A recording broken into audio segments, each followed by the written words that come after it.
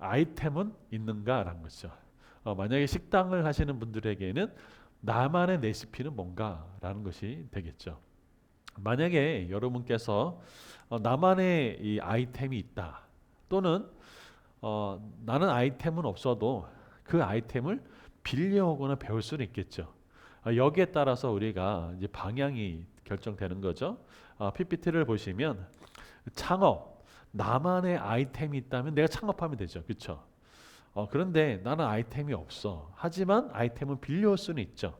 그리고 또 배울 수는 있죠. 그것이 이제 우리가 흔히 말하는 프랜차이즈를 통한 이제 이 창업을 할 수 있게 되는 것이죠.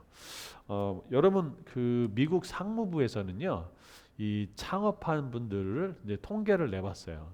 근데 1년에 약 100만 명 정도가 창업을 한다고 합니다. 그러니까 100만 명 이상이면 굉장히 많은 숫자가 창업을 하죠. 뭐 미국 인구가 엄청나게 많긴 하지만, 자, 그런데 그 조사를 해봤더니 10년 이상 이 기업이 생존할 확률을 분석해 보니까 4%밖에 안 되더래요.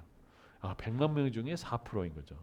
자, 여러분, 그런데 창업한 기업의 40%는요 1년 만에 문 닫고요, 5년 안에 80%가 문을 닫는다고 합니다. 그 어마어마한 비중의 문을 닫는 거죠. 그래서 그 5년이 지나고 난 다음에 살아남은 기업의 80% 정도는 이제 5년이 지난 10년 내에 문을 닫는다고 얘기합니다. 자, 여러분, 창업하기 되게 어려울까요? 네. 뭐 이런 얘기 보면 굉장히 우울해질 수도 있겠죠. 여러분, 그런데요, 왜 그러면 살아남아 있는 그 4%는 뭐가 다르기 때문에 어떤 사람들이 그 4%가 되었을까라는 것이죠. 자, 이들의 특징을 분석해 보니까 이들은요, 끊임없이 꿈을 만들고 실현시킨 기업가들이 그 안에 있었습니다. 보통 창업을 하려면 나만의 아이템, 나만의 기술이 있겠죠. 그래서 기술만 키운 회사가 아니고 꿈에 도전한 회사들이 10년 이상을 살아남더라라는 거죠. 그래서 그들은 CEO, 내가 어떤 일을 만들어내는 사람, 성취하는 사람이기 전에 꿈꾸는 기업가들이었다. 그래서 Chief Dream Officer, CDO였다라는 것들을 얘기하죠. 그럼 반면에 실패한 사업가들은 누구였을까라는 거죠. 그러면 실패한 사업가들의 공통점을 찾아보니 이런 거였답니다. 기술자의 관점에서 사업을 바라봤다는 거예요. 무슨 소리냐? 기술자들은요, 내가 상대하는 고객 있죠? 내가 기술을, 내 상품을 이 사주는 그 고객을 골칫거리의 대상으로 생각했다는 거예요.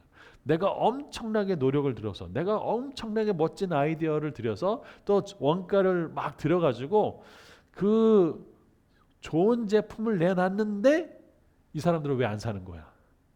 왜 이것에 대해 불평하는 거야? 라고 생각한다는 거죠. 이게 무슨 관점이라는 건가요?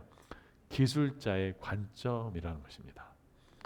여러분, 그래서요, 기업가는요, 제품보다는 고객이 뭘 원하냐, 고객의 니즈가 뭔지를 초점을 둬서 거기에 맞게끔 행동을 하지만, 기술자는요, 고객보다는 제품 만들기에 초점을 둔답니다. 이 좋은 제품이야 라는 것이죠. 그래서 제품 만들기에 사업을 집중하는 기술자들은 누구를 만족시키냐면 고객이 아니라 자기 자신을 만족시키고, 와, 내가 이런 걸 만들었어? 라고 하는 그 제품을 만들 수밖에 없대요. 그래서 어떻게 될까요? 이것이 성공하는 기업과 실패하는 기업을 나누는 기준이 됐다고 얘기합니다. 여러분, 그래서요, 성공하는 사람은 어떤 사람들일까요? 주인 중심, 고객 중심이라는 것을 알 수 있습니다. 실패하는 사람은요, 자기 중심이에요.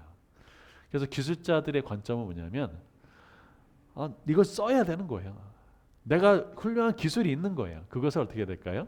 써야 한다고 고객들을 설득하는데 초점 맞춰져 있는 거죠.